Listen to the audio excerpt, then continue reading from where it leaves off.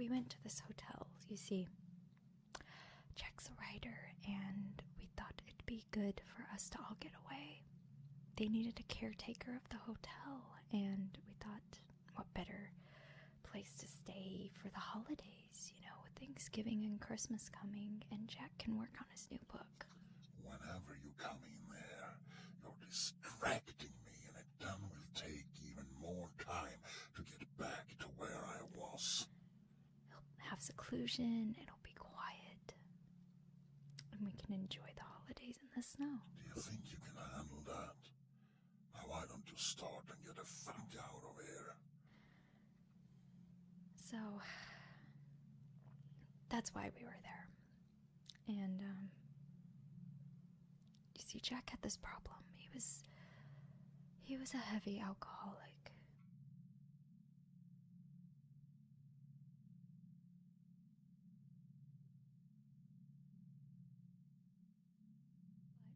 But he's changed. He's a good man now. And even though he broke Danny's arm once, I think that's when we decided this has got to stop. So he's been better ever since. He hasn't had a drink in a long time. He just turned into an evil person. Little pigs, let me come in. Not by the hair on your chilly chin. Then I'll huff, and I'll puff, and I will blow your house in. And that hotel, I think that hotel did that to him. Something isn't right about that place. It's evil. There's just something evil about it. He went crazy. And you know, I think Al knew. He knew about that place. God, he knew.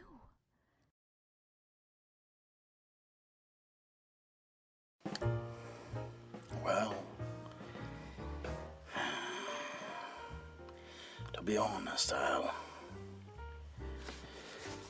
I don't feel that well, you know. I hadn't had a drop in weeks. I'm dry as a desert here. Yeah, I know, you too, old boy. Well, yeah, Wendy has been so understanding. But she doesn't know the pain, you know. And our little rendezvous we have here in my apartment are actually one of the few things that keep me over the surface, if you know what I mean. Yeah.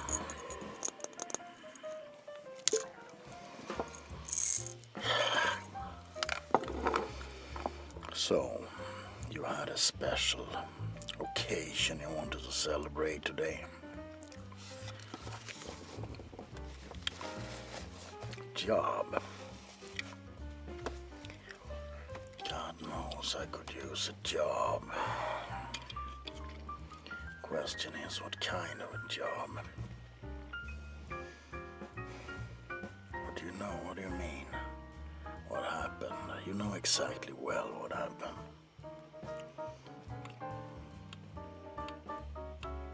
Yeah, I lost my job because of that George Hatfield. I had given him a bad grade on a test and he slashed my tires. And I caught him in the act and I gave him his medicine. Unfortunately, a little bit too much medicine. I was so bored, I thought, anyway. Why is it so important that I bring this up with you, Al? You damn well know why I lost my job. If I had come to terms with why I did the way it was because of the alcohol, Al. I know it. Same with Danny's arm, just one little moment of self-control. Lack, you know? That's when I promised Wendy I wouldn't touch a drop. So, the job. Caretaker, huh? Colorado. Overlook Hotel. Well, sounds like home now, doesn't it?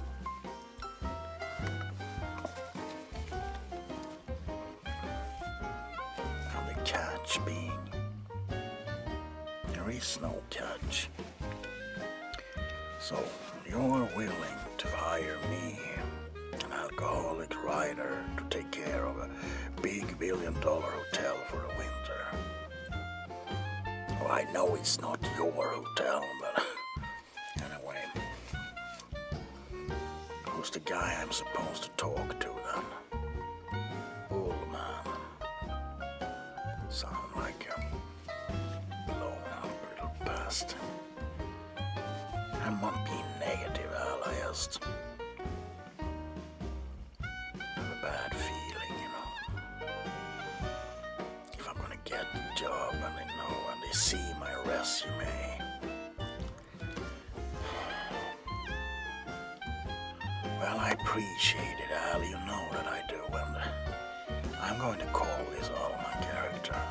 Maybe this could be the beginning of something new for me, Danny and Wendy. Maybe our luck is just about to turn. Wouldn't that be something? Wouldn't that be something? No. I wonder if maybe this is a second chance. You know?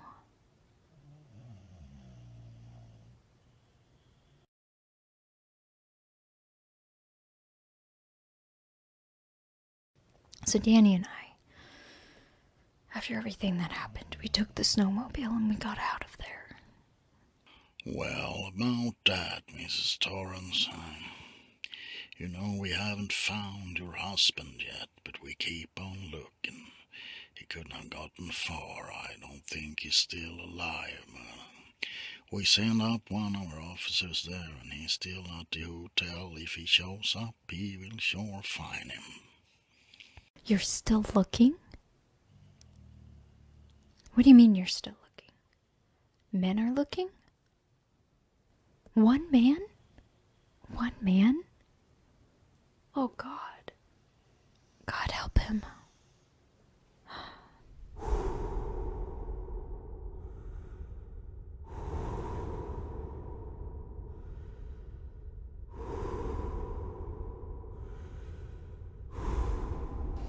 Good evening, sir.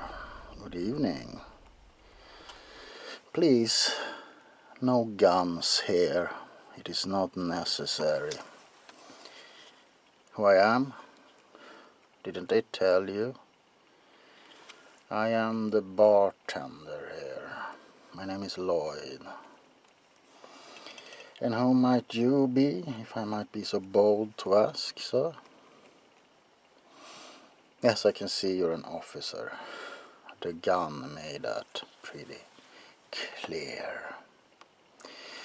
Can I give you something to drink, sir? Or should I say officer? You don't drink on duty.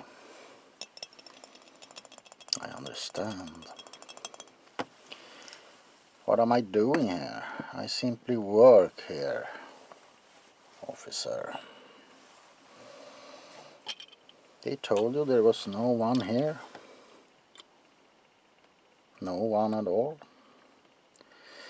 I can understand the confusion, sir. I flew in from Denver when I heard about the tragedy. I was sent by Mr. Allman, to see that the bar was still in one place. The Colorado launch is a very expensive bar, sir. We wouldn't want anything happening to it. It is a place of great many happenings over the years. Now, what are you exactly looking for here, mister? Sorry, officer.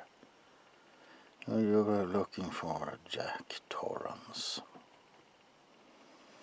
The man who was driven insane and tried to kill his wife and little son.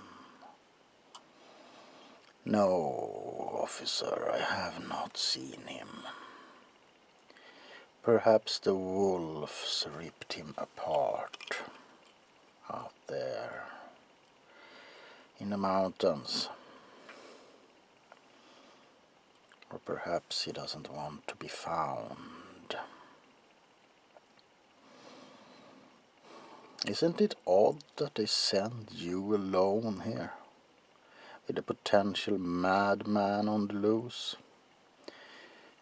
Yes, sure, he has probably frozen solid by now, but you can never be sure now, can you?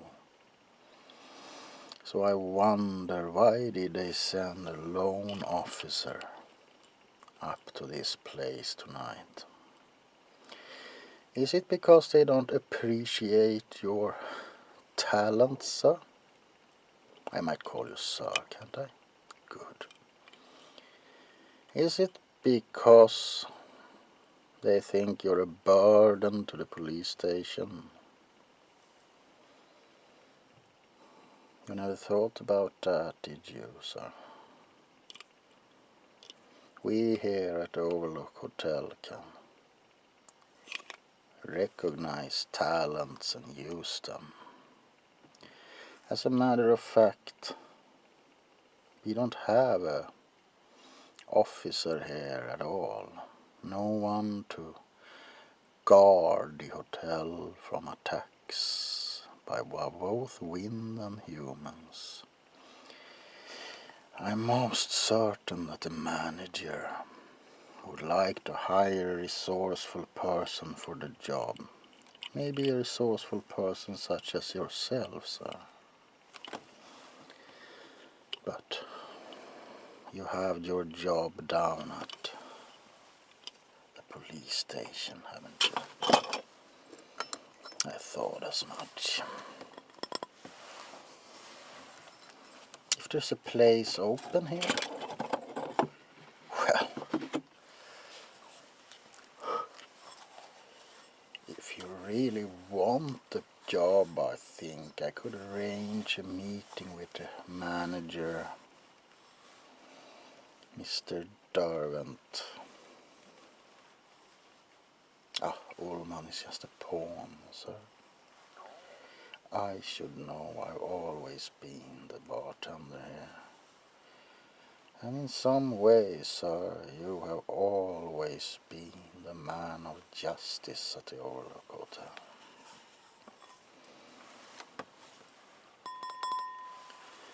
Do you think time flows differently here, mister? Do you? Perhaps it does. Perhaps time stands still at the Overlook Hotel. Forever and ever and ever in an eternal ball. 1927.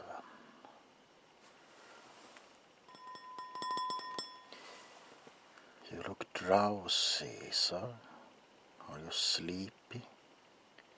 I'm sure one of our guests can keep you happy during the night. We have an excellent lady in 237 that will keep you alert during the night, sir.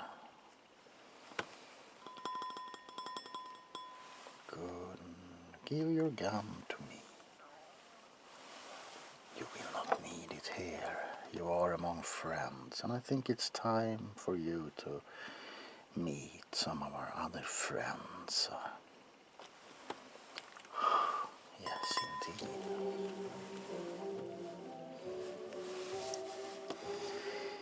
You seem a little bit distracted, sir. How come? Does things not turn out the way you wanted to this evening? You were left up here by your employers, were you not? Dealing with problems they could not handle. And on the other hand, they didn't think you could either. You are, shall we say, disposable. And you are not needed in the station, so they sent you up here to go ghost hunting, didn't they? I should know, sir, because I've always been here. And you, sir, have always been here too. Does things look a little bit different? Do you feel like you're floating between times? Yet you don't have any time of your own, have you, sir? Can I buy you a drink? It's on the house, of course. It's on the house. Feel the time and space moving between the walls of this hotel, sir. Time is forever here at the Overlook. There is no today, there is no tomorrow, there is only now. And now, sir, lasts forever and ever and ever.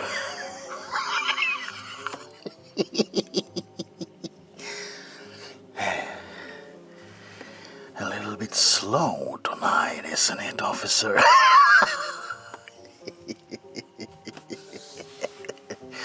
So, they left you up here all alone at the Overlook Hotel, didn't they? Did they think you could find me?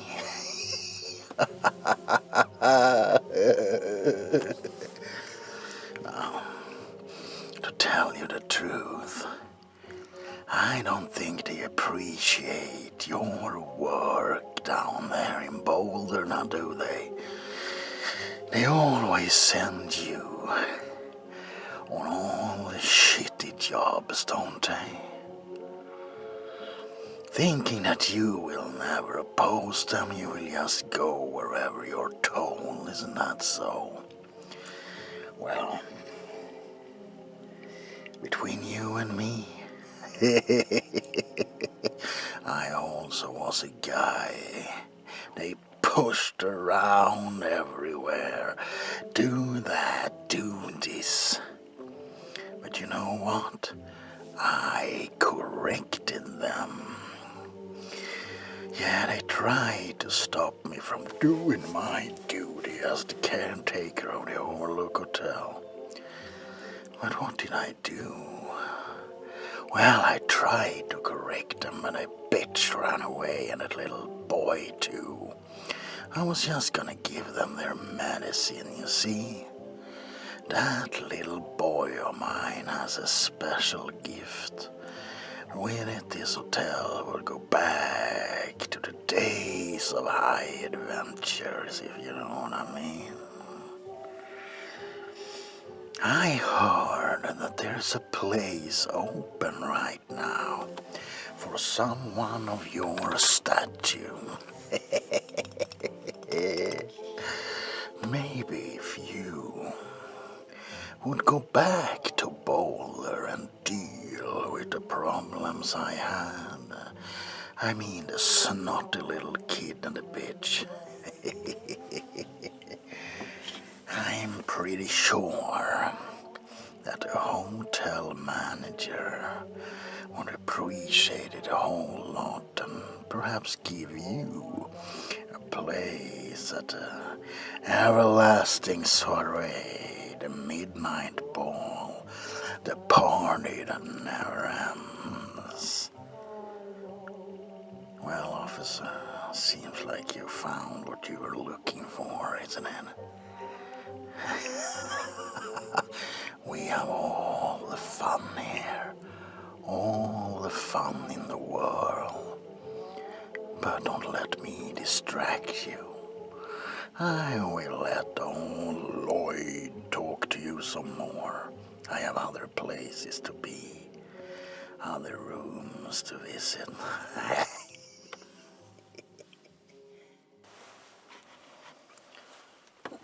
Now, sir, when you see the powers of the Overlook, and you know that we can give you power beyond your wildest dreams, will you accept our job offering and become the officer of this hotel who spreads the law among the guests and take care of unfinished business for us?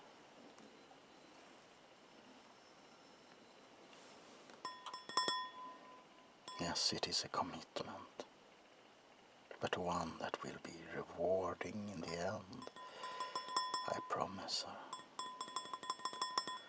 Now, would you like to have a drink?